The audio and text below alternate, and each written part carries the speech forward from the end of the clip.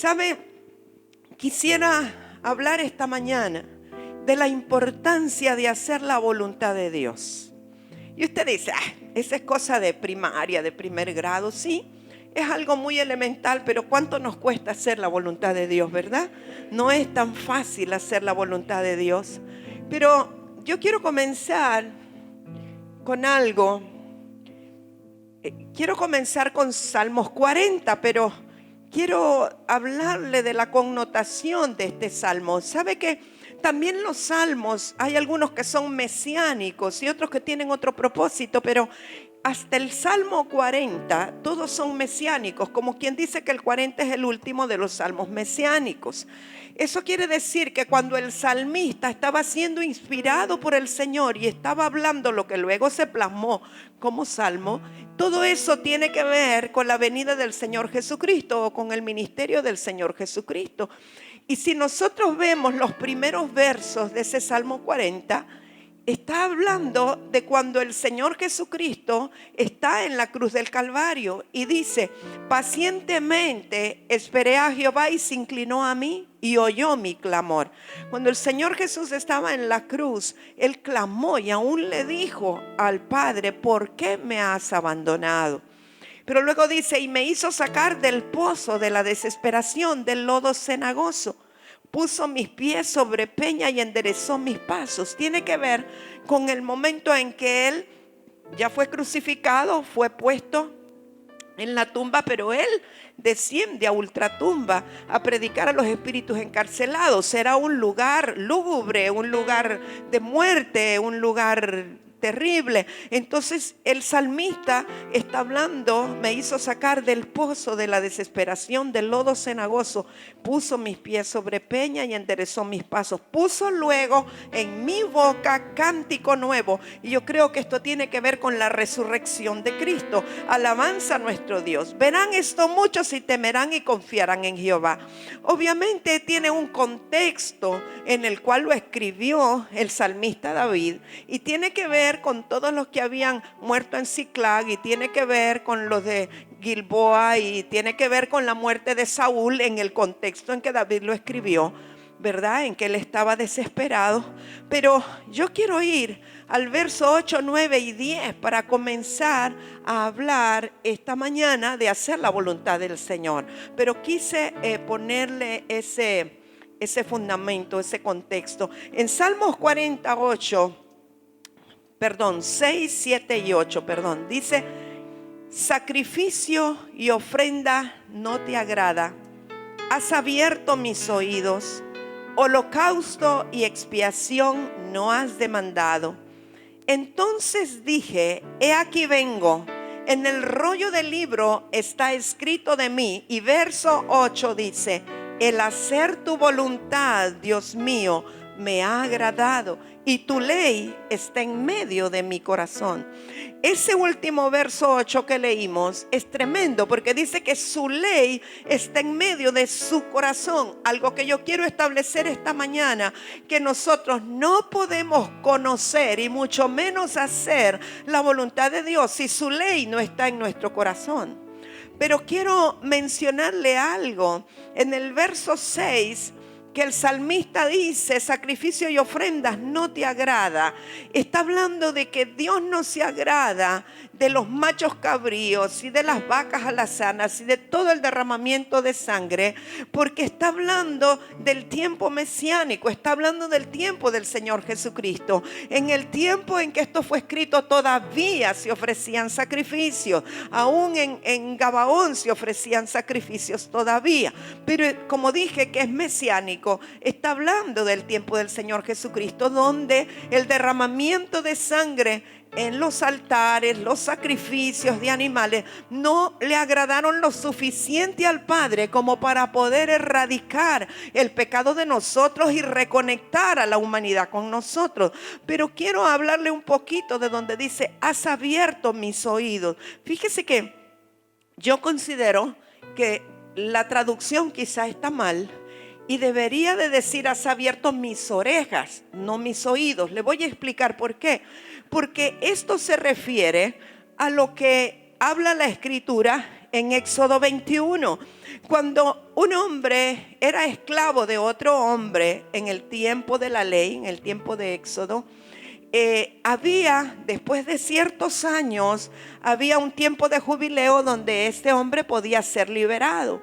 Pero si este esclavo deseaba por amor quedarse siendo siervo del amo, entonces lo llevaban hasta una puerta, allí le ponían la oreja contra la puerta y le hacían un agujero, un hueco en la oreja, y le ponían una argolla como señal de que seguía siendo propiedad de ese amo. ¿Ha visto cómo hacen con el ganado? Que tiene un hueco aquí, le ponen un numerito. Bueno, así hacían con los siervos por amor en ese tiempo. Ya no era un esclavo, no estaba encadenado, pero le abrieron la oreja como una señal de que él decidió voluntariamente quedarse siendo siervo de ese amo. Se dice que ese fue el caso de Josué con Moisés. Josué, hijo de Nun, siervo de Moisés, dice la escritura. Era un siervo que primero fue esclavo, pero luego fue siervo por amor de Moisés. Y nosotros vemos que Éxodo 21:6 usted puede encontrar eso, ¿verdad? Porque lo hacían delante de jueces y todo. Pero en Isaías 55 también se dice proféticamente: el Señor me abrió el oído, diríamos, el Señor me abrió la oreja, y yo no fui rebelde ni me volví atrás. Ahora, es interesante que esa escritura de Salmos 40, que fue la que leímos al inicio, en el verso 6, que dice que sacrificio y ofrenda no te agradaron, ni holocausto, y luego dice: abriste mi oreja. Eso se repite en Hebreos. Usted sabe que cuando hay una profecía mesiánica en el Nuevo Testamento se hace mención de ella, pero luego ya refiriéndose al Señor Jesucristo. Ahora, cuando usted lee Hebreos capítulo 10, del verso 4 en adelante, se lo voy a leer. Dice: porque la sangre de los toros y de los machos cabríos no puede quitar los pecados. Por lo cual, entrando en el mundo dice, ¿a quién se refiere? Al Señor Jesucristo. Entrando en el mundo dice: sacrificio y ofrenda no quisiste. Se está refiriendo a Salmos 40. Pero lo interesante es que después no dice: abriste mi oído o mi oreja, sino que dice: más me preparaste cuerpo. Ya voy a volver a eso. Pero luego sigue diciendo lo mismo que dice Salmos 40. Holocaustos y expiaciones por el pecado no te agradaron. Entonces dije: he aquí que vengo, oh Dios, para hacer tu voluntad, como en el rollo del libro está escrito de mí. Fue lo mismo que el salmista David dijo en Salmos 40. Ahora, ¿por qué en Hebreos no dice que le horadaron la oreja, sino que dice: me preparaste cuerpo? El Señor Jesucristo podía haberse librado de la cruz del Calvario. El Señor Jesucristo podía no haber sido sacrificado. Sin embargo, Él voluntariamente quiso ser siervo por amor. Y Él se quedó para hacer la voluntad del Padre. Y dice: ya está escrito de mí en el rollo. Ya las escrituras dicen que yo he de entregar mi vida. Entonces yo me quedo como siervo por amor. Pero no solo la oreja, me prepararon un cuerpo. Porque Cristo, aunque era todo Dios, tuvo un cuerpo humano, un cuerpo de hombre. Y a Él no solo le horadaron la oreja, le horadaron las palmas de las manos, le horadaron los pies, le lancetearon con el costado. O sea, Él fue siervo por amor. Y lo que está diciendo es: Padre, no te agradan los sacrificios de los machos cabríos y las vacas alazanas. Eso no es suficiente. Pero aquí estoy yo para hacer tu voluntad, porque es lo único que te agrada. Aquí estoy, he entrado al mundo. En el rollo de las escrituras se habla de mí y yo he decidido hacer tu voluntad. Si Cristo no hubiese decidido hacer la voluntad del Padre, ni usted ni yo estaríamos aquí esta mañana, ni los que están conectados por internet tampoco. Debido a que Él decidió hacer la voluntad del Padre, es que se pudo cumplir el propósito eterno de Dios con la humanidad. Qué tremendo es, amados, hacer la voluntad de Dios. Un día alguien vino y me dijo: yo vengo a darle gracias. Yo le dije: ¿por qué? Yo no había hecho nada por esa persona. Me dice: le doy gracias porque un día, hace 34 años, usted tomó la decisión de hacer la voluntad de Dios, y por eso estoy yo aquí. La voluntad de Dios, hacer la voluntad de Dios en tu vida puede desatar el destino de miles de personas. Si tú supieras, si tú entendieras lo que significa hacer la voluntad del Padre, la estarías haciendo más fácilmente. Porque al hacer la voluntad de Dios, desatamos nuestras generaciones, desatamos la vida de nuestros hijos, de los hijos de nuestros hijos y de miles de personas que han de creer por el testimonio nuestro en Cristo Jesús. Vale la pena hacer la voluntad de Dios. Vale la pena renunciar a nuestros deseos y hacer la voluntad de Dios. Es lo único que tiene retribución eterna. Deberíamos de pensarlo mejor. Pero Jesús estaba claro.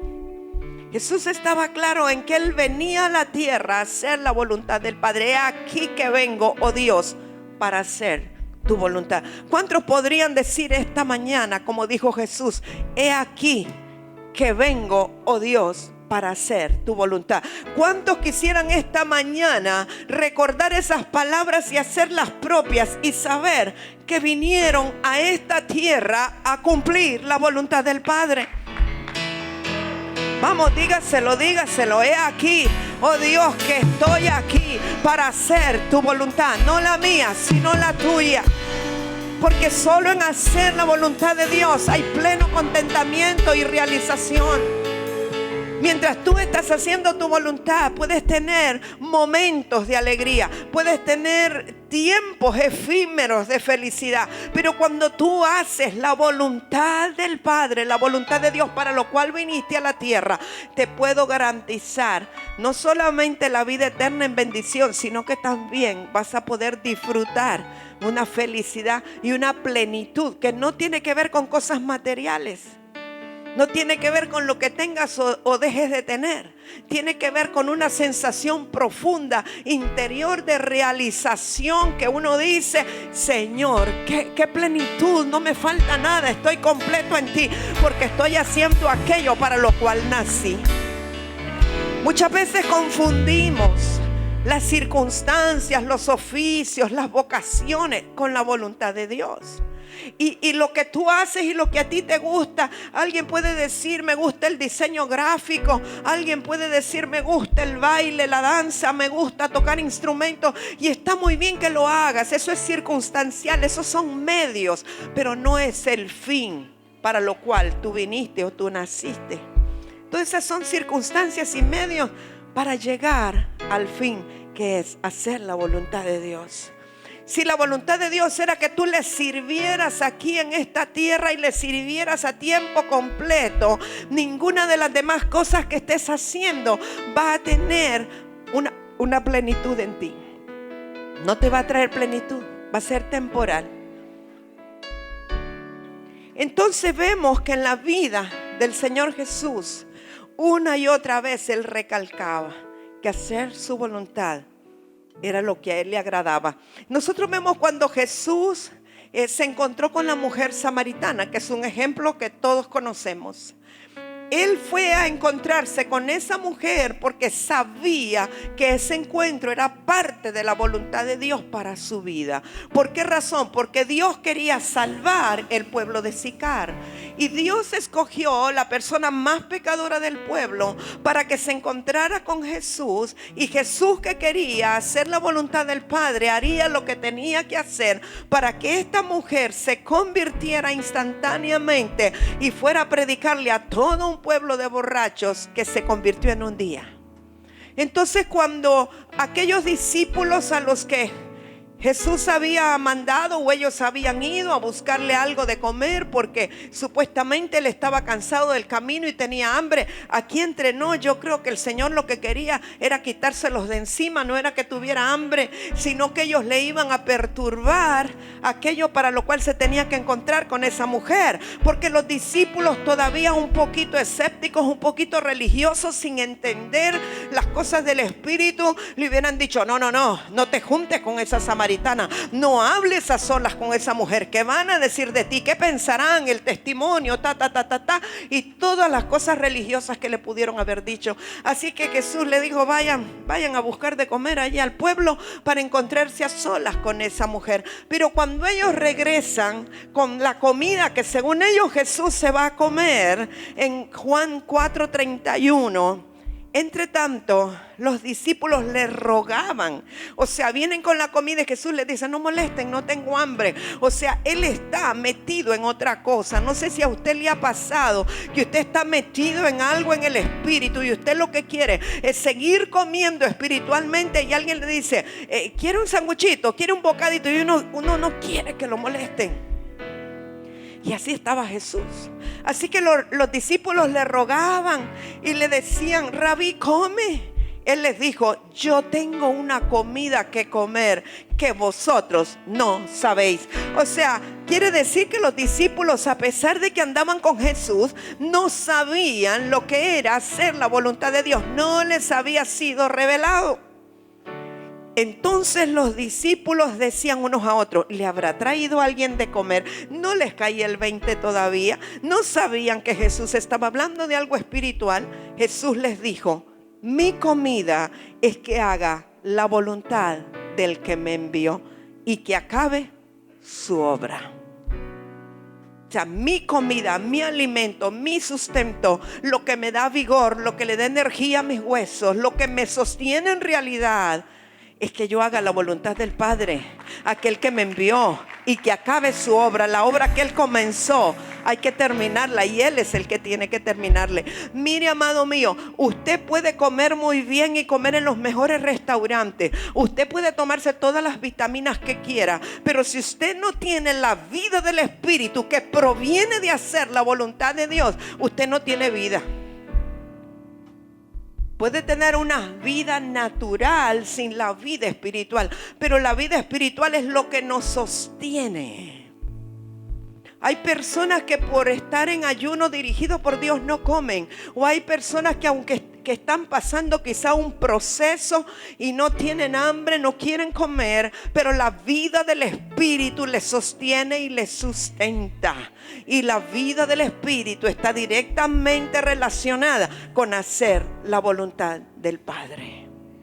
Cuando nosotros hacemos la voluntad del Padre, hay algo que nos fortalece internamente. Aunque su cuerpo exterior se vaya desgastando, aunque usted se sienta cansado físicamente, si lo que usted está haciendo es la voluntad del Padre, usted se va a sentir fortalecido. Pero si usted está haciendo cosas que no tienen nada que ver con la voluntad del Padre, con poquito y nada va a estar: ay, qué cansancio. Ay, que ya llegue el sábado para descansar. Y aunque descanse, nunca tiene suficiente. Después quiere dormir porque no descansó suficiente. Y siempre está queriendo descansar porque es una debilidad y una cosa. Porque la vida proviene de adentro, de hacer la voluntad del Padre. Cuando nosotros estamos desgastándonos en algo que no está relacionado con la voluntad del Padre, vamos a andar amargados, vamos a andar frustrados, vamos a estar incómodos, vamos a estar que no nos aguantamos ni nosotros mismos. Pero cuando usted está haciendo la voluntad del Padre, usted se siente que ha comido, que está vigoroso y que está fortalecido. Vaya a Juan 6, verso 37. Aquí hay algo importante que Jesús nos dice: todo lo que el Padre me da, vendrá a mí. Fíjese bien, todo lo que el Padre me da, vendrá a mí. Hay otro verso donde Él dice: ninguno viene a mí si el Padre no lo trae. Es decir, que el Padre es el que elige y el que manda a las personas para que reciban salvación. todo lo que el Padre me da, vendrá a mí. Y el que a mí viene, no le echo fuera. Porque he descendido del cielo, no para hacer mi voluntad, repite el Señor, sino la voluntad del que me envió. Jesús sabía quiénes eran los enviados del Padre. Así es que a esos Él no los echaba fuera. Aunque los discípulos le dijeran, váyase, no moleste al maestro, Jesús los recibía. No los echaba fuera porque sabía cuáles eran los que el Padre le había enviado. Y verso 39. Y esta es la voluntad del Padre que me envió, que de todo lo que me diere, no pierda yo nada, sino que lo resucite en el día postrero. Tenemos la certeza y la confianza que todo lo que el Padre le dio a Jesús, Él lo salva y Él le da vida eterna y nos va a resucitar en el día postrero. ¿Cuántos pueden estar contentos de saber que el Padre lo eligió a usted para dárselo a Jesús? Usted entiende, porque si no, usted no hubiera sido capaz de recibir a Cristo. Usted no hubiera sido capaz de reconocer a Jesús como su Salvador. Entonces usted está aquí porque el Padre lo eligió a usted para dárselo a Jesús. Y esa es una razón para estar más que agradecido. Dígale: Padre, gracias porque me elegiste. En medio de millones me elegiste y me diste a Jesús para que Él me salvara y Él no me echara fuera, sino que me diera salvación y vida eterna. Y me va a resucitar en el día postrero. Y en el verso 40, y esta es la voluntad del que me ha enviado, que todo aquel que ve al Hijo y cree en Él tenga vida eterna, y yo le resucitaré en el día postrero. Usted no ha visto a Jesús naturalmente hablando. Usted no lo ha visto con el ojo natural. Pero yo espero que todos los que estamos aquí es porque hemos visto con el ojo espiritual al Hijo y hemos creído en Él. Si usted no le hubiera visto espiritualmente, no podía creer en Él. Y si usted no hubiera creído, no estuviera aquí. Así es que qué bendición que hemos visto al Hijo espiritualmente hablando. Se nos ha revelado el Hijo. Y por eso hemos creído en Él. Y por eso tenemos la certeza de que vamos a resucitar en el día postrero. ¿Cuántos aquí creen que van a resucitar en el día postrero? Y los que no levantan su mano tienen problemas. Más vale que usted crea hoy, porque la Escritura lo dice. Todos los que mueren en Cristo resucitarán primero y después todos los demás. Pero nosotros hemos creído. Por lo tanto, aunque durmamos, aunque muramos, vamos a resucitar en el día postrero con cuerpos glorificados. Así que no hay que temer a la muerte, porque solamente es un encuentro con aquel que nos dio la vida y la vida eterna. Amén. Y Hebreos 13, vuelva a Hebreos por favor. En el verso 20. Y el Dios de paz, que resucitó de los muertos a nuestro Señor Jesucristo, el gran pastor de las ovejas por la sangre del pacto eterno. El gran pastor es el Señor Jesucristo. Él es el único que dio la vida por las ovejas, ¿sí? Y el verso 21, os haga aptos en toda obra buena para que hagáis su voluntad, haciendo Él en vosotros lo que es agradable delante de Él por Jesucristo, al cual sea la gloria por los siglos de los siglos. Amén. ¿Qué quiero que aprendamos de aquí? Es el Señor el que nos hace aptos para hacer la voluntad del Padre. Nosotros por nosotros mismos no podemos, si no es por intervención divina a favor de nuestra vida. El deseo de Dios es que hagamos su voluntad. Pero quiero decirle algo: nadie puede hacer la voluntad del Padre si no es a través de Jesucristo. Necesitamos al Señor Jesucristo para poder hacer la voluntad del Padre. Entonces, una vez que estamos en Cristo y que el Espíritu Santo está en nosotros, Él nos hace aptos, Él nos habilita, Él nos capacita para hacer la voluntad del Padre. Usted dirá, ¿por qué hay tanto cristiano, tanto creyente desobediente que no hace la voluntad de Dios? Porque no han sido habilitados para hacer la voluntad del Padre. ¿Y por qué no han sido habilitados? Probablemente porque no están escuchando con claridad la voz de Dios y no son uno con el Espíritu todavía. Pero si nosotros somos uno con el Espíritu Santo, tenemos la oportunidad de ser habilitados por Dios mismo para hacer su voluntad. Aleluya. Gloria al que vive. Vaya a Filipenses capítulo 1, por favor. Verso 12.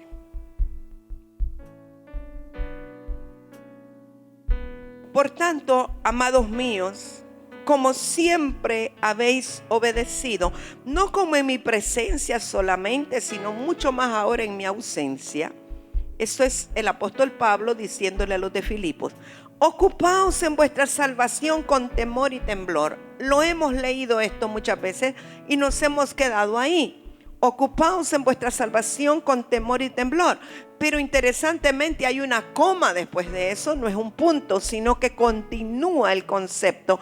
Porque Dios es el que en vosotros produce así el querer como el hacer por su buena voluntad. Filipenses 2 del 12 al 13. Entonces, ¿qué es lo que nos está diciendo el apóstol Pablo? Que si nosotros nos ocupamos de la salvación con temor y temblor, o sea que nuestra ocupación tiene que ser cuidar la salvación, cuidar la condición nuestra, cuidar nuestra comunión con el Padre, con temor y temblor. ¿Por qué es que Él nos recomienda que cuidemos la salvación con temor y temblor? Porque dice que Él, Dios, es el que produce en nosotros el querer como el hacer. ¿Pero de qué? De su buena voluntad. Cuando Dios pone en nosotros el querer de hacer algo, o el deseo de hacer algo, si nosotros estamos continuamente cuidando nuestra salvación con temor y temblor, si ese es nuestro objetivo, si ese es nuestro propósito, podemos estar seguros que el querer que Dios pone en nosotros y el deseo de hacer que Dios pone en nosotros proviene de su buena voluntad. Ahora, si nosotros no estamos cuidando nuestra salvación, si no estamos cuidando nuestra vida eterna, sino que nuestra vida está dedicada a cuidar nuestro intelecto, a cuidar nuestras habilidades, a cuidar lo natural, ¿sí? Pero no la salvación con temor y temblor, entonces nadie nos garantiza que vamos a recibir el querer como el hacer de Dios de su buena voluntad, sino que ¿qué? Vamos a actuar con el querer como el hacer de nuestro propio corazón. Y siempre lo que nuestro engañoso corazón quiere es contrario a la voluntad de Dios o a lo que el Espíritu de Dios quiere dirigirnos que hagamos. ¿Sí me explico? Y podemos engañarnos fácilmente. Por eso, si somos nacidos de nuevo, si somos nacidos del Espíritu, nuestro objetivo tiene que ser cuidar la vida eterna, cuidar la salvación con temor y temblor. Todo lo que hagamos tiene que ser dirigido en esa dirección. Ese tiene que ser nuestro objetivo. Las cosas que a usted le da deseo de hacer, pregúntese: ¿esto me edifica espiritualmente? ¿Esto le abona a cuidar mi salvación con temor y temblor? ¿O solamente lo estoy haciendo por algo natural, por satisfacer un capricho, por satisfacer algo que a mí me gustaría hacer? Porque si tú estás cuidando tu vida eterna, tu salvación con temor y temblor, ten la certeza que el Padre pondrá por su buena voluntad, o lo que es la voluntad de Él para ti, el querer como el hacer en ti. Y entonces vas a tener deseos de imponer manos a los enfermos, Vas a tener deseos de compartir con otros de la salvación tuya. Vas a tener deseos de liberar a los endemoniados. Vas a tener deseos de ensanchar el reino de Dios. Vas a tener deseos de hacer todo aquello que tiene que ver con su buena voluntad. Estamos. Pero si los deseos que a usted le dan solo es de ir a jugar aquí, de ir a hacer allá, de ir, etcétera, de ir a jugar bingo, de ir al casino, de ir, etcétera. Espero que aquí ya no haya gente que le da esos deseos, ¿verdad? Estoy hablando para los que están por internet. Si esos son los deseos, no están relacionados con la voluntad de Dios, ¿verdad? ¿Sí? No los veo muy convencidos, pero bueno, está bien. Hay una escritura que es bien tremenda y siempre es el apóstol Pablo hablándole en este caso a los romanos. Está en Romanos 12 y vamos a leer los primeros 2 versículos que nos da herramientas para nosotros poder hacer la voluntad de Dios. Dice Romanos 12:1: así que, hermanos, os ruego por las misericordias de Dios que presentéis vuestros cuerpos en sacrificio vivo, santo, agradable a Dios, que es vuestro culto racional. Ahora usted dirá, pero ¿cómo es que dice que presente los cuerpos en sacrificio vivo si primero me dijo en el Salmo 40 que no quería sacrificio y no le agradaba? Ya lo vamos a ver, no se preocupe, no es contradicción. Y luego el verso 2 dice: no os conforméis a este siglo, sino transformaos por medio de la renovación de vuestro entendimiento, para que comprobéis. Comprobar es verificar, probar otra vez, cuál sea la buena voluntad de Dios, agradable y perfecta.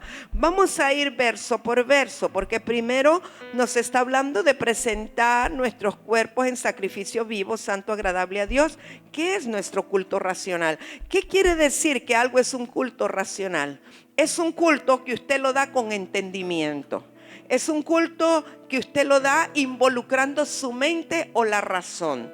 Porque hay cultos que son involuntarios o son espirituales solamente, pero aquí nos está hablando de un culto racional. O sea, usted dice: yo entiendo lo que estoy haciendo, por lo tanto yo decido hacer este culto. ¿Sí? ¿Está conmigo? Racionalmente usted toma la decisión de darle este culto al Señor. Ahora, ¿qué culto? ¿De qué culto está hablando? Lo primero dice que presentemos nuestros cuerpos en sacrificio vivo. El Salmo 40 y Hebreos nos estaba hablando de sacrificar animales para que murieran, ¿sí? Pero aquí no nos está hablando de un sacrificio muerto, sino de un sacrificio vivo. O sea, lo que Dios nos está diciendo: mi hijo ya murió en la cruz. Ese fue ya el último sacrificio con derramamiento de sangre y con muerte que ustedes necesitaban. Ahora lo que necesito de ustedes son sacrificios vivos. Es decir, que ustedes se presenten delante de mí con toda su cabeza, con todas sus orejas, todos sus ojos, todas sus manos, todos sus pies, todo su ser, todo su cuerpo. Y que voluntariamente sometan ese cuerpo para agradarme a mí en lo que hagan con ese cuerpo. Ahora, yo creo, esto soy yo y puedo ser muy religiosa, pero me parece que si a alguien le gusta la lucha libre y se iba a ir a luchar, a lucha libre o boxear, no me parece que eso sea un culto de sacrificio vivo, ¿verdad? Aunque salga todo moreteado. Yo creo que sacrificio vivo nos está hablando de que en lugar de mi comodidad, y yo ofrezco todo mi ser para adorar a Dios. Y eso incluye la danza, eso incluye la alabanza, eso incluye el cántico, eso incluye el mover las banderas, eso incluye el usar los mantos, eso incluye el danzar. Eso es un sacrificio vivo, porque usted le está diciendo al Señor: todo mi ser te alaba, Señor. Mis manos te alaban, mis pies te alaban, mis piernas te alaban, mi corazón te alaba. Todo mi ser es tuyo. Y es algo que es usted y el Señor. Es un sacrificio vivo. Pero alguien más puede decir: Este día yo me voy a retirar con el Señor y no voy a comer, voy a ayunar, porque este día quiero que el Señor reciba todo de mí. Voy a estar ahí encerrado 8 horas si usted quiere. Puede ser que alguien todavía vaya más allá y en su trabajo pida un día de vacaciones o le tocaban las vacaciones y dice: de estas vacaciones, este día yo lo dedico solo para honrar al Señor. Eso es sacrificio vivo. En lugar de irse de paseo, usted voluntariamente y racionalmente decidió darle culto al Señor, ofreciéndole todo su ser. Todo, no importa si le da hambre. Yo creo que si está orando no le va a dar hambre, si está adorando no le va a dar hambre, ¿verdad? Pero eso tiene que ver con un culto racional, sacrificio vivo, no muerto. Ya Cristo murió por nosotros. Él no necesita más gente que muera por Él. Él necesita gente que viva para Él. Ese es el sacrificio vivo. Porque hay quienes dicen: oh, yo moriría por ti, daría. No, eso ya no ocupa el Señor, que muramos por ellos. Por Él, necesita que vivamos para Él. Ese es un sacrificio vivo. Pero dice que sacrificio vivo, sacrificio santo. O sea, que nuestro cuerpo, en ese tiempo que le damos culto en sacrificio, también tiene que estar siendo santificado y tiene que ver con la santidad del Señor. Entonces no es solo como que alguien diga: yo me voy a arrodillar en maicillo hoy todo el día y se lo ofrezco al Señor. ¿Qué tiene que ver eso con santidad? Nada. O que diga: yo voy a hacer una romería y me voy de rodillas hasta tal y tal lugar. Eso no tiene nada que ver con santidad. El sacrificio, además de ser vivo, tiene que involucrar santidad. Santo. Y santo quiere decir apartado para Él.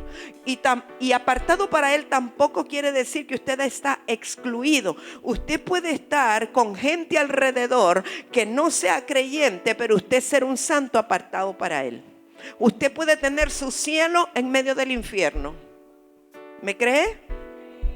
Más vale que sí, porque si no, no se suba a los buses, no vayan los rapiditos, no, ¿verdad? Usted es un cielo en medio del infierno donde quiera que vaya. Y luego dice sacrificio agradable a Dios. Ahora, para yo saber que es agradable a Dios, tengo que conocer la naturaleza de Dios y saber que le agrada, ¿sí o no? ¿Cuántos aquí están casados? La gran mayoría, y otros que no saben tienen la mano así, ok. Y cuando usted quiere agradar a su cónyuge, usted tiene que saber que le gusta a él o a ella. Porque si no, papá, le van a tirar el regalo ahí. A veces andamos en alguna misión con hermano Martín, con hermano Oscar. A mí me asombra cómo hermano Oscar sabe y compra y conoce las tallas, los gustos y todo de su esposa. ¡Wow! Dije yo, tremendo. Hermano Martín a veces me pide una ayudadita. ¿Usted cree que le gusta esto a Rosario? Pero qué chasco cuando uno no sabe lo que le gusta al cónyuge, ¿verdad?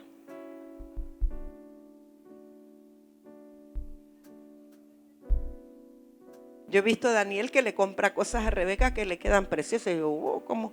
Pero la primera vez que yo fui a comprarle algo a Rebeca, recuerdo que le dije: acompáñame, que tenía que ser rápido. Ella estaba trabajando y me queda viendo y me dice: yo no sé lo que le gusta, si usted ha vivido con ella más tiempo que yo. Sí, tenés razón.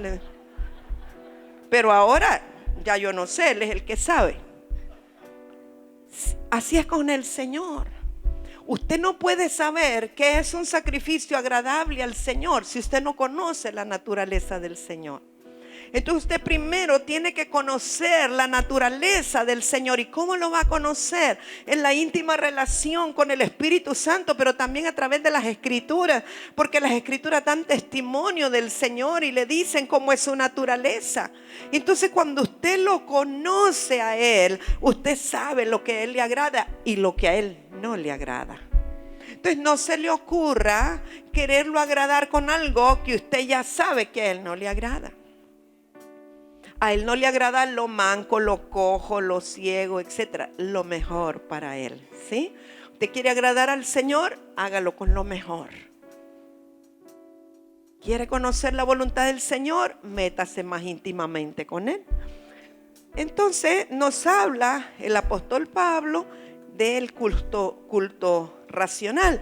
Pero luego hay una recomendación en el verso 2. Dice que no nos conformemos a este siglo. Eso quiere decir, no se adapten al mundo. No se adapten a la cultura y a las tradiciones del mundo. Ustedes son diferentes. No sean como eran los gentiles. Ustedes tienen que transformarse. ¿Sabe que la palabra transformarse allí, sino que transformados? Esa palabra que se usa ahí en griego es la misma palabra, solo aparece 2 veces en el Nuevo Testamento. Allí para decir transformarse y en el monte de la transfiguración. Es la misma palabra que se usó para la transfiguración del Señor Jesucristo. O sea que nos está hablando de una transformación interior, no externa. Porque la religión te habla de transformarlo de afuera. Cámbiese ese pantalón, póngase vestido, quítese el maquillaje, no se ponga arete. Eso no es transformación, eso es cambio de apariencia externa. Transformación tiene que ver con algo interior, hasta que la luz resplandezca. Ahora, pero a mí me llama la atención lo que el apóstol Pablo dice. Dice que nos transformemos, pero ¿cómo dice que lo hagamos?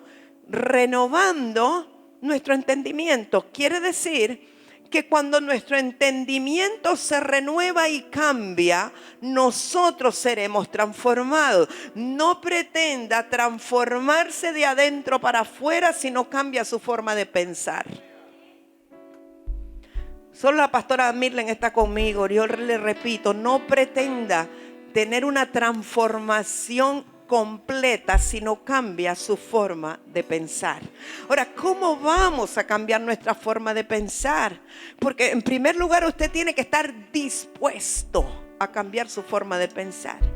Porque si usted viene delante del Señor y dice, bueno, Señor, ya tú me conoces, ya sabes cómo soy y yo no pienso cambiar porque así me hicieron mis padres y así soy yo. Olvídese que va a tener una transformación. Pero si usted viene y le dice, Señor, tú me conoces mejor que yo, alumbra todas las áreas de mi vida y de mi entendimiento que tienen que ser transformadas, porque quizás hasta aquí yo creía que tenía la razón, pero de aquí en adelante, Señor, muéstrame tú para cambiar. Hay gente que es metida en rollos, es que así lo hizo mi papá, así me enseñó y así sigo yo. Bueno, seguirán sin renovarse y sin transformarse por obstinación. O sea que en primer lugar necesitamos nosotros querer cambiar, querer renovar nuestro entendimiento. Miren lo que nos dice el apóstol Pedro.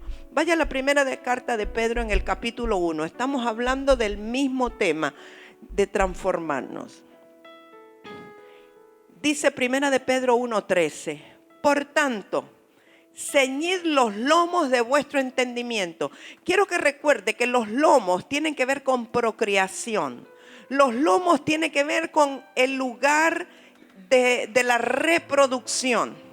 Y entonces, qué cosa más rara que Pedro está diciendo, cíñanse los lomos, que es aquí, de vuestro entendimiento. O sea, que el entendimiento tiene lomos o tiene un lugar donde se procrea o se genera. Si hay lugar de generación, son los pensamientos. Y si no, piense, a veces se le viene una idea y usted comienza a acariciar esa idea. ¿Y qué tal si tal cosa? Y si no se quiso. Y puede llegar la gente hasta morirse por estar pensando que puede pasar. Y el doctor me dijo que me haga tal análisis. ¿Y qué tal si lo que tengo es aquí, es allá? Y el pensamiento empieza a generar.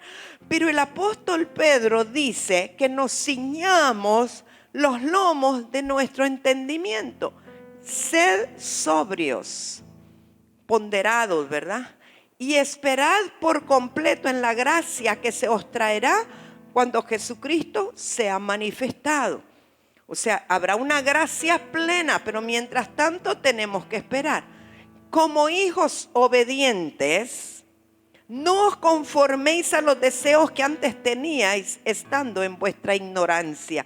O sea, mis amados, que si nosotros nos quedamos adaptados, conformados con los pensamientos antiguos, estamos siendo desobedientes. Pero cuando nosotros nos disponemos a salir de esas estructuras mentales con las que antes vivíamos, entonces ahí se abre una puerta y comienza la obediencia. Cuando usted le dice: Señor, renueva mis pensamientos, yo quiero ser renovado en mi manera de pensar, porque entiendo que entonces seré transformado. Allí comienza la obediencia. Pero si usted no le da lugar al Señor de que le muestre, que le renueve, entonces usted está diciéndole: no me transformes, no quiero ser transformado. Porque a veces con una canción, con una alabanza nos emocionamos. En mis tiempos, cuando yo me convertí, la alabanza era: yo quiero ser, Señor amado, como el barro en las manos del alfarero. Y todos llorábamos, ¿verdad? Quiebra mi vida y hazme de nuevo.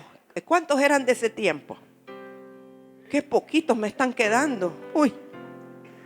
Pero todos llorábamos y nos tirábamos al piso, y ya uno miraba como que el Señor le hacía así a la olla de barro y que le empezaba a hacer, y hasta sentía que el Señor lo estaba moldeando allí, ¿verdad? El barro en las manos del alfarero. Pero cuando viene la verdad, porque en la canción es fácil y bajo la unción facilísimo. Cuando viene el Señor con su mano a quererle quebrar la vida, le ay, no. Yo así soy y así me quedo. Es fácil cantarlo, ¿verdad? Pero cuando el Señor te empieza a mover la caja y te empieza a quitar tu comodidad y te empieza a hacer reconocer que necesitas cambiar parámetros, paradigmas, estructuras, formas de pensar, formas de creer, allí como que no me toquen, así soy. Y yo porque yo quiero, porque así me gusta y punto, así soy yo. Ay. Difícil. Dios no va a irrespetar tu voluntad. Que ese es el punto al que yo quiero llegar este día, esta mañana. Pero lo que me llama la atención, que el apóstol Pedro dice: no os conforméis a los deseos que antes teníais, estando en vuestra ignorancia. O sea, antes que eran ignorantes se les perdonaba. Pero ahora que no son ignorantes, sino que saben y conocen, más vale que no se conformen, porque ya les es pecado. Al que sabe hacer lo bueno y no lo hace, le es pecado. Aunque quiera decir que es heredado, que del papá o de la mamá, que así eran ellos, de obstinados, le es pecado, porque usted ya no es ignorante. Y algunos pueden decir: es que yo no he tenido revelación de eso. Mire, mi amado, yo le voy a decir algo que lo he dicho varias veces, pero se lo repito, por causa de los que están conectados. Desde que usted recibió al Señor Jesucristo, usted tiene la responsabilidad de conocer las Escrituras.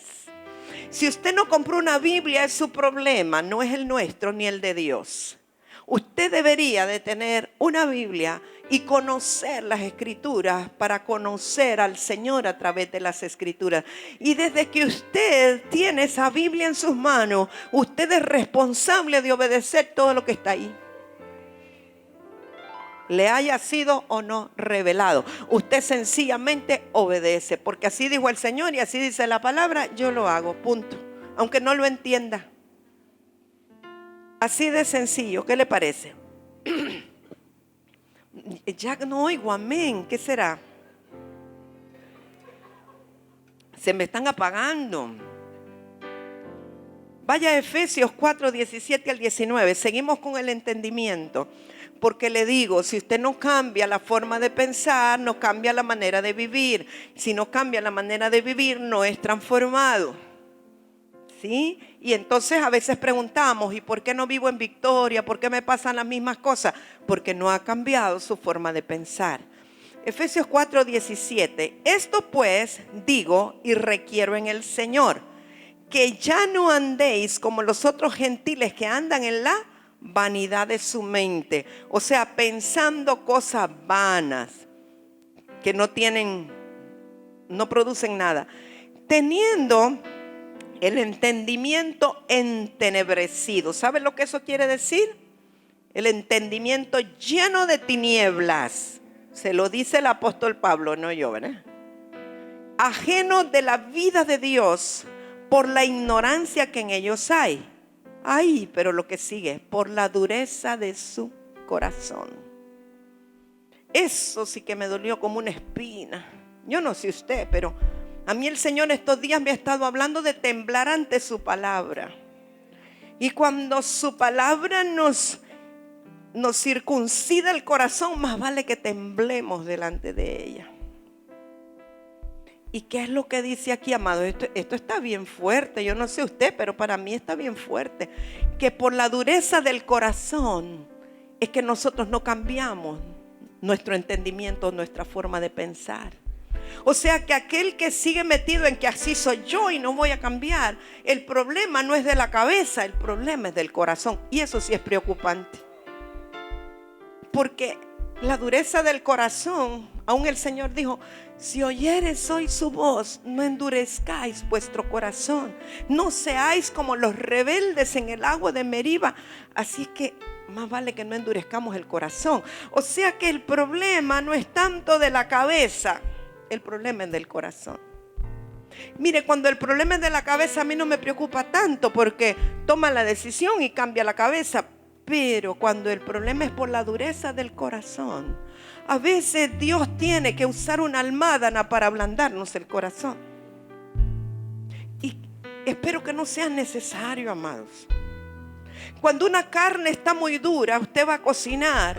Usted tiene varias opciones. O lo mete a la olla de presión, o usa un martillo de carne, y si no con una piedra, ¿verdad? Las que cocinan saben. Así que más vale que no le demos al Señor ese trabajo de meternos en olla de presión o de usar un martillo con nosotros. Su palabra es martillo. Sino que nosotros cambiemos voluntariamente ese duro corazón. Que percibamos su presencia, que nos gocemos con sus milagros, nos gocemos con sus sanidades, que seamos sencillos para creer que Él está aquí, que Él puede hacer todas las cosas, que Él es capaz, que Él es el Dios de toda provisión, que Él nos ama. Pero cuando hay dureza en el corazón, nos volvemos incrédulos y creemos que todo se logra por esfuerzo humano. Los humanistas lo que tienen es dureza de corazón, porque no pueden creerle a un Dios sobrenatural. Entonces creen que todo es esforzándose uno, que por esfuerzo humano se logran las cosas, pero no es así. Yo creo que el Señor quiere que nosotros comencemos a ablandar voluntariamente nuestro corazón. El polvito ablandador de carne duele menos que la olla de presión. Tal vez lo aplicamos voluntariamente, ¿verdad? También hay unas cascaritas de piña que ayudan a ablandar, que tienen enzimas. Voluntariamente podríamos usarlo. Porque si el problema es dureza del corazón, amado mío, mire lo que dice verso 19, los cuales después que perdieron toda sensibilidad, Dios mío, dije yo cuando leí eso, se entregaron a la lascivia para cometer con avidez toda clase de impureza. O sea, cuando el corazón está endurecido, se pierde la sensibilidad a la voz del Espíritu. Y cuando ya no somos sensibles a la voz del Espíritu, nos entregamos a cualquier pecado, porque ya no sabemos discernir lo bueno de lo malo. Entonces ya no es un problema solo de la mente, sino del corazón y de alejarnos de la vida de Dios. No es solo la vanidad de la mente, eso es una consecuencia de la dureza del corazón. Quiera Dios que no nos encontremos en esa condición, sino que podamos ablandarnos voluntariamente, porque sería terrible perder toda sensibilidad. El otro día me comentaba una persona, él se descuidó con el tratamiento para la diabetes. Y entonces al no tomar el medicamento, el azúcar comenzó, los niveles de azúcar comenzaron a afectar todo su ser. Ya estaba perdiendo la vista. Hay cosas que pudo recuperar cuando de nuevo retomó el tratamiento, pero nunca recuperó la sensibilidad en sus órganos, en sus miembros. en sus manos, en sus pies. Si hay alguien que toca la guitarra y no puede porque no tiene la sensibilidad en las manos. Y es tan tremendo que al no tener sensibilidad en los pies, se metió el calcetín y luego el zapato y había un vidrio en el calcetín y no se dio cuenta porque no tenía sensibilidad. Cuando vino a ver, ya era una herida que se le ha complicado y le dieron reposo, etcétera. ¿Pero por qué? Porque perdió la sensibilidad. Y eso pasa a nivel espiritual. Si nosotros por la dureza del corazón perdemos la sensibilidad a la voz del Espíritu, mis amados, cuando nos demos cuenta podemos estar heridos y sangrando y nunca supimos cuándo, porque perdimos la sensibilidad. Yo creo que Dios quiere que nosotros nos revisemos, nos escudriñemos, porque el andar en la vanidad de la mente solo es una consecuencia del corazón endurecido. Y cuando a veces nosotros pecamos, fallamos y el Espíritu Santo nos quiere redarguir, nos quiere hablar, pero como perdimos la sensibilidad no escuchamos y fácilmente caemos en otro pecado y nos entregamos, como dice aquí la Escritura, a la lascivia y cometer toda clase de impureza. Eso nos aleja de la vida de Dios, no nos permite cuidar nuestra salvación. Efesios 4:22, seguimos hablando de renovar la mente. En cuanto a la pasada manera de vivir, despojaos del viejo hombre que está viciado conforme a los deseos engañosos. Verso 23, y renovaos en el espíritu de vuestra mente. O sea que la mente tiene espíritu. Y vestidos del nuevo hombre, creado según Dios en la justicia y santidad de la verdad. Si nuestra mente tiene espíritu, tiene vida. Efesios 4:22 al 24. Y todo lo que tiene vida se renueva, ¿sí o no? Todo lo que tiene vida se renueva. Su piel tiene vida, se renueva. Continuamente se está descamando las células muertas, viejas, y está surgiendo células nuevas. El cabello igual, todo lo que tiene vida se renueva. Entonces, si está hablando del espíritu de la mente tiene vida y tiene esencia y tiene que estarse renovando. Conforme a que nosotros vamos a renovar el espíritu de nuestra mente, tenemos dos parámetros. Uno es el Espíritu Santo y otro es la palabra de Dios. La palabra sola está limitada, el Espíritu solo está limitado, pero el Espíritu y la palabra son poderosos para renovar el espíritu de nuestra mente. Le digo una escritura más para luego hablar de esa renovación. Tito 3, 4 al 7. El apóstol Pablo le dice a Tito: pero cuando se manifestó la bondad de Dios nuestro Salvador y su amor para con los hombres, nos salvó, no por obras de justicia que nosotros hubiéramos hecho, sino por su misericordia, por el lavamiento de la regeneración. La regeneración es a nivel del espíritu. Y por la renovación en el Espíritu Santo, el cual derramó en nosotros abundantemente por Jesucristo nuestro Salvador, para que, justificados por su gracia, viniésemos a ser herederos conforme a la esperanza de la vida eterna. Ok, cuando nosotros reconocemos a Jesús como nuestro Salvador, automáticamente nos hacemos uno con el Espíritu Santo. El que está en Dios, un espíritu es con Él. Es decir, que mi espíritu humano se hace uno, se fusiona con el Espíritu Santo. Por eso cuando el Padre viene a buscarse a sí mismo en nosotros, busca en el Espíritu. Porque allí está el Espíritu Santo, fusionado con nuestro espíritu. Pero a nosotros nos corresponde o nos toca comenzar un trabajo de sumergirnos en las Escrituras. Yo cada día veo menos pasión por las Escrituras en la gente. No sé si yo me convertí en un tiempo extraño, pero en el tiempo que yo me convertí, nuestra pasión eran las Escrituras. Y mire, yo gasté Biblias y todas rayadas, ya unas las regalé, otras las tengo ahí de reliquia, pero usted las miraba de punta a punta rayadas porque esa era como la esencia, de allí nos agarrábamos, allí conocíamos al Señor. No veo tanta pasión por las Escrituras. Sé que hay algunas personas que sí, pero no lo veo generalizado. y no estoy juzgando a nadie, pero me inquieta porque ese es nuestro alimento, ese es nuestro sustento.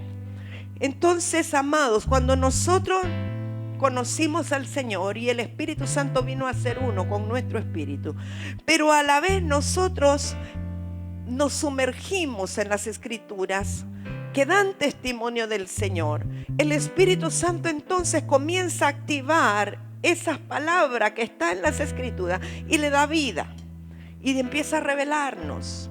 Y entonces nosotros comenzamos a conocer a Dios a través del Espíritu Santo que revela su palabra. O sea, no solo es leer como quien lee un periódico, es leer con el Espíritu Santo y pedirle: Espíritu Santo, revélame las Escrituras, revélame la palabra. Yo quiero crecer en ella. Y llega un momento que hay cosas que usted hacía porque la palabra le decía, pero después de un tiempo usted lo hace de una forma espontánea y natural porque ya es parte de su vida. Es como cuando a un niño usted le enseña a comer. Al principio la tendencia del niño es meterse las manos a la boca y hace un embarre, pero usted le enseña que use la cucharita, que use el tenedor, y quizás le va a estar enseñando por algunos meses, pero llega un momento que usted ya no tiene que estarle enseñando. El niño de una forma espontánea pide el tenedor, lo agarra y sabe cómo usarlo, porque ya se incorporó en él o en ella esa forma. Lo mismo ocurre con las Escrituras.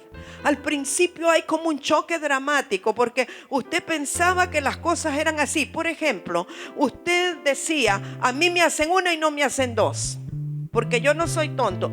Pero cuando usted viene y se encuentra en las Escrituras que Jesús dice: tienes que perdonar hasta 70 veces 7, usted entra en crisis.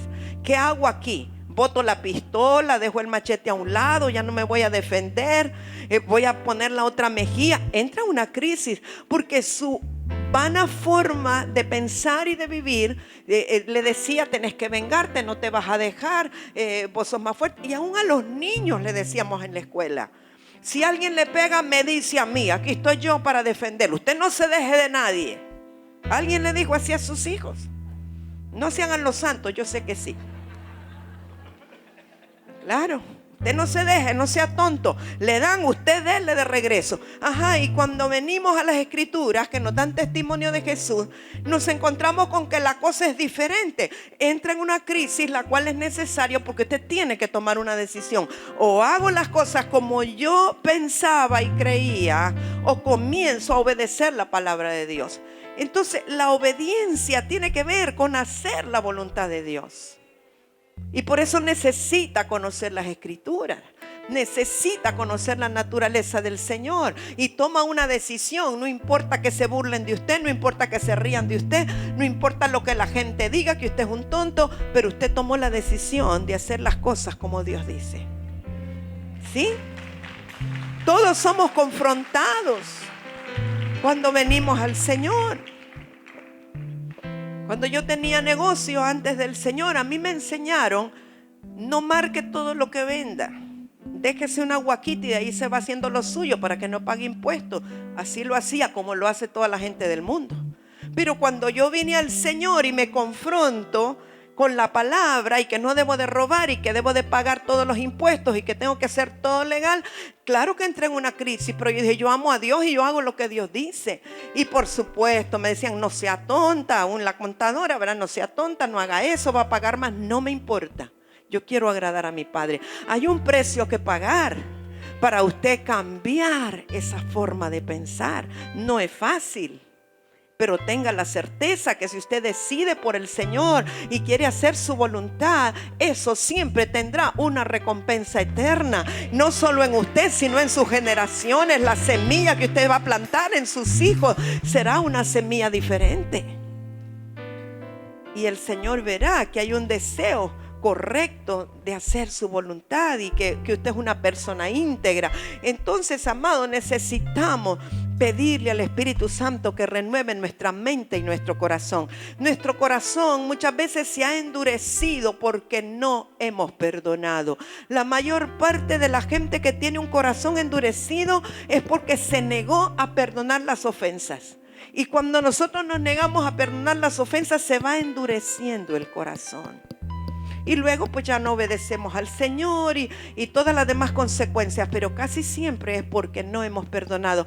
Y alguien quizá dice, yo perdono pero no olvido. Tiene problemas. Tiene problemas, porque si usted no olvida, cuando ve a esa persona, le viene el resentimiento. O sea, vuelve a sentir lo que sintió cuando le hicieron daño. El perdón es borrón y cuenta nueva. Como que aunque se quiera acordar, no puede acordarse porque ya se le borró. Y eso le va a guardar su corazón. Va a proteger su corazón de que no sea herido, no sea dañado y sobre todo que no esté endurecido. Porque una área que está endurecida, bueno, si usted lo ve desde el punto de vista fisiológico, en la vida natural, si el corazón físico se endurece un pedazo ahí, hay un infarto, en ese lugar endurecido la sangre no llega. ¿Y qué es lo que pasa cuando la sangre está limitada, que no llega toda al corazón, tampoco llega a los otros órganos? Esto produce muerte. Así es espiritualmente. Porque uno puede reservarse un pedacito y decir, no, aquello sí, pero a este no lo puedo perdonar. Bueno, ese es un lugar de necrosis, ese es un lugar infartado, ese es un lugar donde no llega la vida de Dios. Y con un pedacito que usted tenga infartado, no puede tener toda la vida de Dios fluyendo en usted. Porque puede decir, no, a mi papá ya lo perdoné, pero a mi marido no puedo. Bueno, ese lugar está infartado. Y es necesario que se quite la dureza del corazón, y solo el Espíritu Santo lo puede hacer. El Espíritu Santo en nosotros, pero recuerde que somos uno con Él y está dentro de nosotros, y la labor del Espíritu Santo es comenzar a fluir con toda la luz desde adentro a todas las áreas de nuestro corazón, de nuestra mente. Usted puede decir, esto es bien básico, ya lo sé, sí, pero ¿cuántos lo vivimos? Podemos saberlo aquí intelectualmente y no dejar que baje al corazón. Así es que, mis amados, nuestra mente y nuestras emociones, que son parte del alma, tiene que llegar a un punto que estén invadidos por la luz del Espíritu Santo, que también nuestra alma llegue a ser parte de la nueva creación, que ya nosotros no actuemos como el hombre viejo, sino que estemos vestidos del hombre nuevo. Yo repito lo que ya leímos, Romanos 12 del 1 al 2. Quiero repetir el verso 2 que dice, no os conforméis a este siglo, sino transformaos por medio de la renovación de vuestro entendimiento, para que comprobéis, para que verifiquen cuál sea la buena voluntad de Dios, agradable y perfecta. Mire, la voluntad de Dios, podemos decir que hay tres tipos de la voluntad de Dios. Primero es la soberana voluntad de Dios, que lo que Él dice se ejecuta. Ahí nadie puede intervenir, ni aunque interceda. La soberana voluntad de Dios, Él lo dijo, Él lo hará. No hay cambio, lo que Él dijo se ejecuta. La segunda es la voluntad de Dios revelada en las Escrituras. Tiene que ver con los mandamientos. Cuando Él dice no matarás, no, etcétera, todo lo que dicen los mandamientos, pero también en el nuevo pacto, cuando Él dice amarás al Señor tu Dios con toda tu alma, toda tu mente, toda tu fuerza, todo tu corazón, y a tu prójimo como yo los he amado. Todos los mandamientos del Señor a través de las Escrituras muestran su voluntad general o universal para nosotros. De esas cosas usted ya no necesita revelación, porque ya fueron reveladas al hombre a través de las Escrituras. ¿Me explico? Yo he escuchado gente que me dice, no, es que yo no puedo perdonar ahorita hasta que Dios me revele el momento. Error. Ya está revelado en las Escrituras que tenemos que perdonar. Ya no necesitamos esperar otra revelación. Es como que alguien diga, yo estoy robando, pero no voy a dejar de robar hasta que Dios me revele que deje de robar. No. Ya dicen las Escrituras que no vamos a robar. Así es que no necesita más revelación de lo que ya fue revelado. Me explico. Fue revelado en la persona del Señor Jesucristo, que cumplió toda la palabra, y está revelado en las Escrituras, que nos fue dado a nosotros para que vivamos conforme a ello. Así es que de eso ya no ocupa más revelación. Y luego tenemos otro tipo de la voluntad de Dios, que podría llamarse la sabiduría, y la otra es la piedad espontánea. La sabiduría es cuando en cada decisión que usted debe de tomar en su vida, usted voluntariamente aplica la palabra a su mente, a su corazón, y usted toma la decisión en base a lo que ya está escrito, aunque no hubiese tenido una revelación. Pero son decisiones que quizás no están explícitas en las Escrituras, y que usted tiene que tomar esa decisión y tiene que orar, y entonces dice, bueno, lo voy a hacer de acuerdo a la palabra del Señor. Y entonces usted hace lo que usted cree que es la voluntad de Dios, aplicando la Escritura a esa situación. Esa es sabiduría de Dios. Pero la otra, que es piedad espontánea, es cuando usted se ha sumergido tanto en la palabra del Señor, en la Escritura, y es uno con el Espíritu Santo, que llega a un punto en que usted ya tiene la mente de Cristo, y las decisiones que usted toma son aquellas basadas en la piedad espontánea, porque eso ya está encarnado en usted. ¿Me explico? Son cosas que usted ya va a funcionar o a operar de acuerdo a la naturaleza del Señor. No necesita ni pensarlo, porque ya es parte de usted mismo. La integridad, la rectitud, la santidad, las cosas correctas que ya son parte de usted. ¿Sí? ¿Me explico? Entonces el deseo de Dios es que nosotros entendamos y respetemos su voluntad. Pero obviamente, si usted no lee las Escrituras, ¿cómo va a ser la voluntad de Dios que está en las Escrituras? Mucho menos espere que va a actuar en sabiduría, y mucho menos en la piedad espontánea, porque tiene que comenzar por sumergirse en las Escrituras y aplicarlas a su vida, ¿verdad? Ahora, algo importante para hacer la voluntad de Dios, amados, es que debemos someter nuestra voluntad humana. El alma del ser humano está compuesto de la mente, de la cual hemos hablado, el corazón o las emociones, y la voluntad. Puede ser que usted piense una cosa y sienta otra cosa, pero a la hora de actuar, usted va a terminar haciendo lo que su voluntad decida que va a hacer.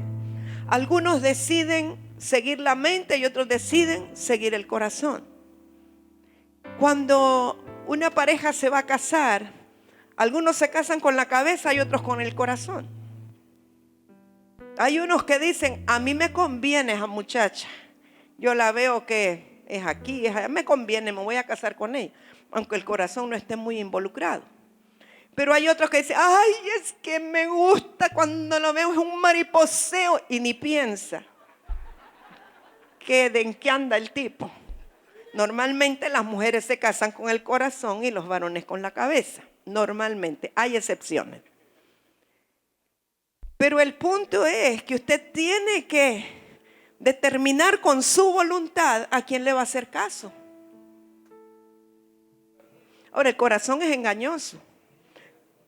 Si usted está en Cristo, oiga, hermano Alexis y hermana Yoli, si están en Cristo, no es ni con la cabeza ni con el corazón. Es por la dirección del Espíritu, en el amor perfecto del Señor.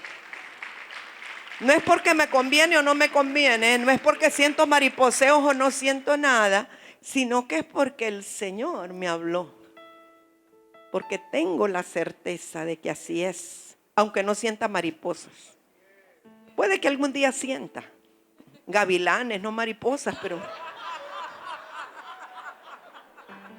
es una broma. Los vi muy preocupados.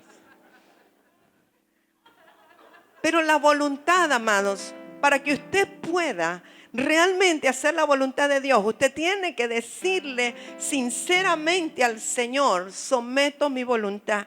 Y como dijo Jesús, no se haga mi voluntad sino la tuya. Porque la voluntad del Señor siempre es buena, agradable y perfecta. Nosotros, por nuestro lado, quizás siguiéramos el corazón o la cabeza. Pero cuando nosotros nos sometemos y le decimos, Señor, no se haga mi voluntad, hágase la tuya. Someto mi accionar, someto mi actuar a ti. No voy a hacer nada hasta que tú no pongas en mí el querer como el hacer de tu perfecta voluntad, aunque me duela. Entonces usted lleva las de ganar. Pero si no sometemos la voluntad humana, Dios es tan caballeroso que Él no va a torcer su voluntad. Él no va a irrespetar su voluntad. Usted tiene que decirle, me someto mi voluntad y hago lo que tú quieres, lo que tú dices. Y Él va a poner el querer como el hacer de su perfecta voluntad. Y llega un momento, amados, que hemos sometido tanto nuestra voluntad que hacer la voluntad del Señor será espontáneo. Será sencillo, no será tan complicado, porque vamos a aprender a conocer al Señor y saber cuándo lo estamos agradando a Él y no agradarnos a nosotros mismos. Pero a la hora de las verdades no es tan fácil. Yo quiero dejarle con un salmo, Salmo 143, que yo quisiera que todos en esta mañana lo pudiéramos. Si quiere, póngase en pie, ya casi vamos a terminar. Yo quisiera que leyéramos todos versos 10, 11 y 12 de Salmo 143. Pero léalo por favor con todo su corazón. Salmo 143, 10. Enséñame a hacer tu voluntad, porque tú eres mi Dios. Tu buen espíritu me guíe a tierra de rectitud. Por tu nombre, oh Jehová, me vivificarás. Por tu justicia sacarás mi alma de angustia. Y por tu misericordia disiparás a mis enemigos y destruirás a todos los adversarios de mi alma, porque yo soy tu siervo. ¿Cuántos aquí consideran que son siervos por amor al Señor? Mire, la sangre de Cristo nos liberó. La sangre de Cristo y la unción del Espíritu Santo pudrió el yugo de esclavitud que nosotros teníamos con el diablo. Quedamos libres. Pero yo espero que usted y yo hayamos decidido voluntariamente ser siervos por amor. Que espiritualmente nuestra oreja esté horadada porque decidimos servirle al Señor por amor. Él nos compró con precio de sangre. Pero aquí este salmo, el salmista le dice, enséñame a hacer tu voluntad, porque tú eres mi Dios. ¿Quién sino Él nos va a enseñar a hacer su voluntad? Y luego habla que el Espíritu Santo, su buen Espíritu nos guía a tierra de rectitud. Habla de su nombre, por tu nombre me vivificarás, por tu justicia sacarás mi alma y por tu misericordia disiparás a mis enemigos. Yo le recomiendo que usted ponga ese salmo, esos 3 versículos por ahí. Él es el único que nos puede enseñar a hacer su voluntad. Confiemos en su nombre, en su justicia, en su misericordia. Él nos va a enseñar, porque al final dice, porque yo soy tu siervo. O sea, porque voluntariamente he decidido servirte por amor. Y muchos dirán, ay, no, ya no es siervo, es hijo. Sí, somos hijos, pero voluntariamente primero tuvimos que decidir ser siervos de Él por amor. Porque fuimos libres de la esclavitud del enemigo y ahora somos sus siervos voluntariamente. Yo quiero pedirle en este día, esta mañana, si usted quiere responder a la palabra, si usted sabe que Dios le habló, vamos a hacer en un acto personal, individual, cada quien, que podamos rendir nuestra voluntad al Señor, que podamos rendir nuestros propios deseos al Señor, para hacer los deseos de Él, para agradar su corazón, para agradar el corazón del Padre, para que Él esté agradado con nosotros. Vamos, dígaselo ahí al Señor. Padre, queremos esta mañana someter nuestra voluntad a la tuya. No se haga mi voluntad sino la tuya, Señor. Gracias. Gracias, Señor. Gracias, quiero ser tu siervo por amor. Quiero someter mi voluntad. Quiero someter los deseos de mi engañoso corazón. y quiero hacer solo lo que a ti te agrade. Señor, que la razón de vivir para mí sea hacer tu voluntad. Hacer tu voluntad, Señor, en todo tiempo. Muéstrame, enséñame a obedecerte. Muéstrame tu voluntad. Llévame a camino de rectitud. Revélame, Señor, y ayúdame a cumplir tu palabra, lo que ya tú revelaste, que es tu voluntad a través de las Escrituras. Me comprometo, Señor, a buscarte más a través de las Escrituras. Me comprometo, Señor, a volver a los tiempos de devoción con las Escrituras. Perdóname el descuido, perdóname, Señor, porque he puesto excusas de que estoy muy ocupado, de que no tengo tiempo. Pero, Señor, yo anhelo cada día, Señor, refugiarme, perderme, sumergirme en tus Escrituras, Señor, porque por la revelación en ellas está la vida. Gracias, Señor, gracias. Yo percibo que hay muchas personas aquí que necesitan hoy tomar una decisión con el Señor de retomar la Biblia, retomar las Escrituras.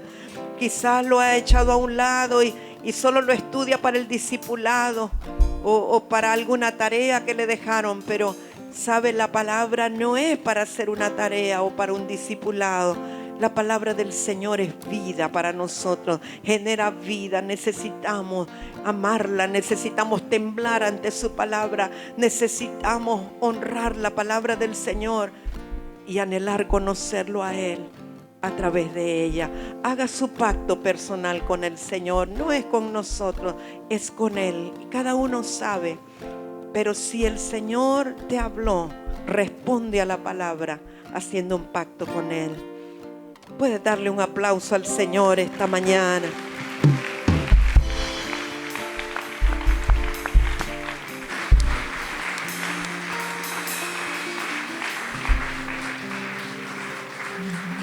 Enséñame a hacer tu voluntad, porque eres mi Dios, tú eres mi Dios. Que tu buen espíritu me guíe por tierras de rectitud. Enséñame a hacer tu voluntad, porque tú eres mi Dios, tú eres mi Dios. Que tu buen espíritu me guíe a tierras de rectitud. Por tu nombre, oh Jehová,